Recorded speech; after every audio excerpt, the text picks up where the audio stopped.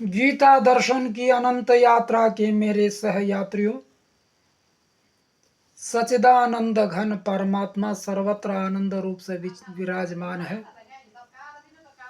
आप सब लोगों की कृपा से यह सफर निरंतर सुहावना होता जा रहा है।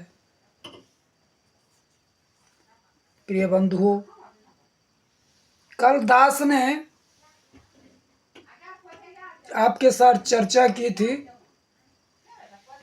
ब्राह्मण जैसी दुर्लभ या लुप्त प्राय प्रजाति के जीव पर होने वाले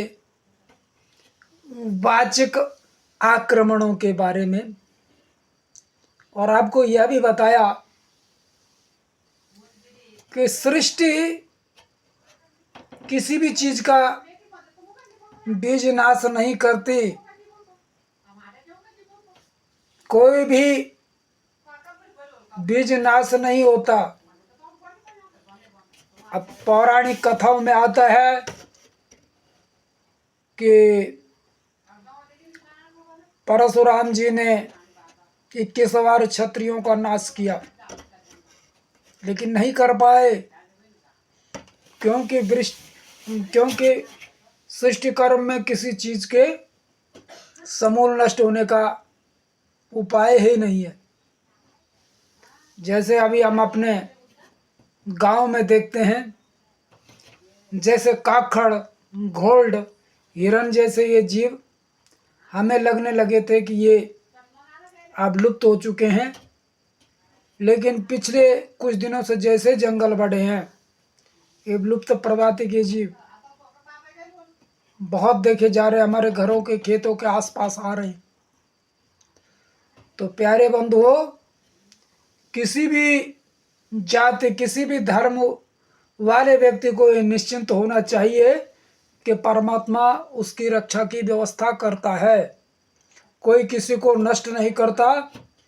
ये प्रकृति की माया है, त्रिगुणमयी माया, जो लोगों के अंदर बुद्धि भ्रष्ट कर रही है, लोगों को आपस में लड़ा रही है, राजनीति का शिकार बना रही है, और नेता उनका इस्तेमाल कर रहे हैं। तो प्यारे बंधुओं, आज जिस विषय पर दास चर्चा करेगा वह है भागवत धर्म। भागवत धर्म अर्थात भगवान का धर्म। आज तो कलयुग में जैसा कहा गया कि गृह गृह भागवतम, हो रहे हैं भागवत की कथाएं।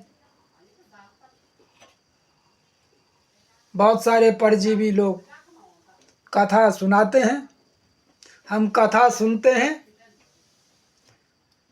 और हमारे भी कथा कहने वाले की भी अहंकार की तृप्ति हो जाती है कि मेरे 1,00,000-2,00,000 फॉलोवर्स हैं, और सुनने वालों को भी लगता है कि बस उनके कान पवित्र हो गए, अब तो स्वर्ग का टिकट एडवांस बुकिंग हो गया। लेकिन प्रिय बंधुओं, भागवत धर्म कहानी किस्सा कहना नहीं है। भागवत धर्म प्रेम है। भागवत धर्म आडंबरहीन जीवन है। भागवत का सार मैं 7वें स्कंध के 9वें अध्याय में प्रहलाद द्वारा श्री नरसिंह भगवान की गई स्तुति में मानता हूं। उन्होंने इस प्रकार बताया कि कलयुग में भागवत कथा बाँचकर लोग अपनी आजीविका का साधन तो बनाएंगे, लेकिन उनके स्वयं के जीवन में भागवत नहीं होगा। भागवत धर्म यानी भगवान का धर्म। भगवान का धर्म है क्या? भगवान का धर्म प्रेम है। ये भागवत का धर्म प्रेम है, ये मैं ही नहीं कह रहा हूं। ये अंग्रेजी कविता एक मैंने बाल्यकाल में पढ़ी थी, शायद मेरे को तो अंग्रेजी बोलना शुद्ध आता भी नहीं, विलियम वर्ड्सवर्थ उनका नाम था मेरे ख्याल से।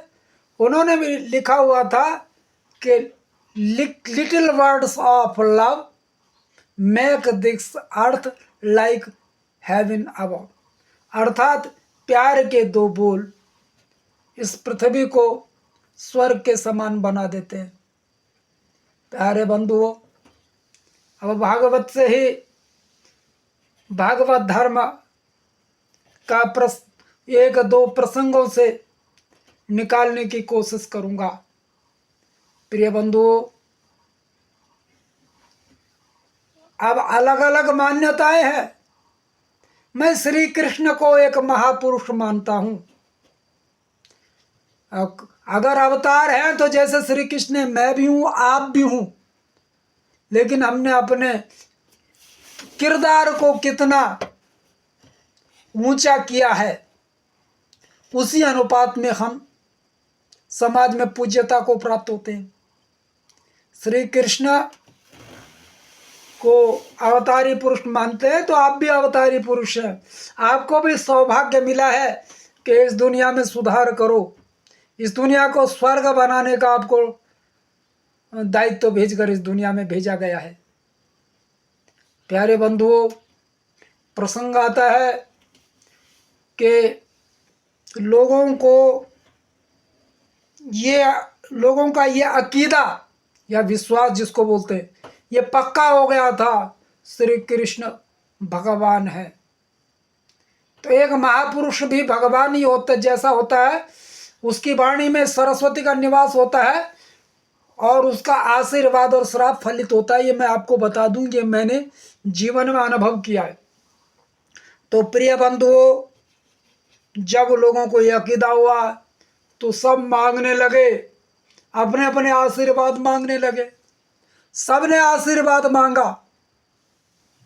अंत में एक तरफ खड़ी रोती हुई कुंती माता को भगवान कृष्ण ने देखा। सब लोग धन, वैभव, ऐश्वर्य, पुत्र पौत्र आदि संपदा मांग रहे थे, लेकिन एक कोने पर माता कुंती रो रही थी। जब माता कुंती रो रही थी तो यदुकुल श्रेष्ठ श्री कृष्ण की उन पर दृष्टि गई और कहा, बुआ आपने कुछ नहीं मांगा, आप भी तो कुछ मांगिए। तो माता कुंती ने जो मांगा वो समझने जैसा है। माता कुंती ने कहा, विपतया संतु जनार्दन नः पदे पदे, हे जनार्दन हमें पग पग पर विपत्तियां दीजिए,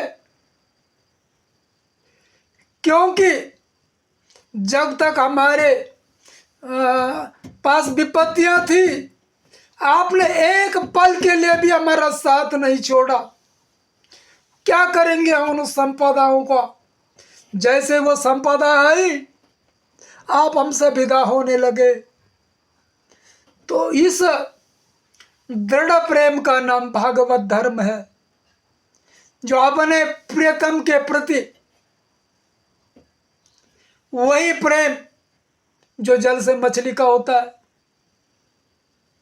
इसी प्रेम भक्ति को भागवत धर्म कहते हैं। प्रिय बंधुओं, वही भागवत में एक और प्रसंग आता है कि जब श्री कृष्ण ने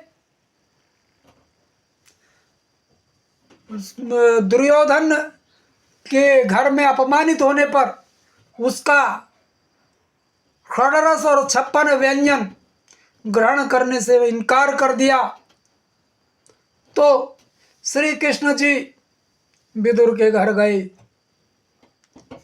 प्रेम एलाद से भरी हुई विदुरानी जैसे वहाँ गई, जैसे श्री कृष्ण को देखा तो वो गदगद हो गई और गदगद होकर उनके यहाँ और कुछ था नहीं, खाली केले कुछ रखे हुए थे। विदुरानी अपलक अपने प्रियतम, सबके प्रियतम, उस प्रिय अतिथि को, जिसको हमारे सनातन हिंदू में भगवान मानते हैं, आज भी अतिथि को, अतिथि में भगवान तलाश करते, वो अपलक उसको निहारती गई, केले छिलती जा रही है और उसके अंदर का जो गूदा है उसको तो फेंकती जा रही है और छिलका श्री कृष्ण जी को खिलाती जा रही है। और श्री कृष्ण भी प्रेम में इतने मग्न, उनको ये नहीं दिखाई दे रहा है, उन्होंने कहा नहीं कि आपको क्या हो गया, आप क्या कर रही है, ये गूदा फेंक रही, मुझे छिलके खिला रही है। वो भी प्रेम मग्न होकर वो छिलका खाते गए खाते गए खाते गए। और अचानक विदुर की दृष्टि पड़ी तो उन्होंने पूछा उससे, विदुरानी में तेरा दिमाग खराब हो गया, क्या कर रही है, ये भगवान को छिलके खिला रही है और गूदा फेंक रही है। तब जाके उसको अपनी गलती का एहसास हुआ। देखो इस प्रेम को, इस भक्ति का नाम, इसी का नाम, यही जो है, यही प्रेम, यही भक्ति भागवत धर्म है, जिसमें अपने प्रियतम को पाने के लिए अगर स्वर्ग का राज्य और प्रियतम में से एक चुनना पड़े तो प्रियतम को चुनेगा और उस स्वर्ग के राज्य को भी ठोकर मार देगा। इसको भागवत धर्म कहते हैं। प्रिय बंधुओं, भागवत धर्म किसी हिंदू, मुसलमान, सिख, ईसाई की बपौती नहीं है। भागवत धर्म जीव मात्र का है, पशु का भी है। आपका पालतू कुत्ता भी आपसे प्रेम करता है, वो भी भागवत धर्म को अपनाता है। लेकिन बड़े अफसोस की बात है, यह मनुष्य से पता नहीं किसने बता दिया कि वो जीव शिरोमणि है। मनुष्य जीव, किसी ने भी पशुओं को किसी भूभाग पर कब्जे के लिए लड़ते हुए नहीं देखा। वो उतना ही आहार ग्रहण करता है जितना उसको चाहिए। लेकिन आज दुनिया भर के देशों में आपस में एक दूसरे से डरे हुए हैं और इतने विनाशकारी हथियार तैयार कर लिए हैं कि मानव जाति का अस्तित्व तो ही संकट में पड़ गया है। प्रिय बंधुओं, अगर हम इस संसार को स्वर्ग बनाना चाहते हैं तो पारस्परिक ईर्ष्या द्वेष छोड़िए, आपस में एक दूसरे का सहयोग बने। आप अपना दिया लिया पाएंगे। आप अपने पड़ोसी को वो क्या सोचता है आपके प्रति ये छोड़ दीजिए, आप उसको सुख देना शुरू कर दीजिए। और ये कॉस्मिक लॉ विज्ञान में भी है, आपका दिया हुआ आपके पास 100 गुना होकर लौटेगा। जय हिंद, जय भारत। ये अनंत यात्रा आपके साथ जारी रहेगी। धन्यवाद। जय हिंद, जय भारत, जय सनातन और जय ये विश्व ब्रह्मांड।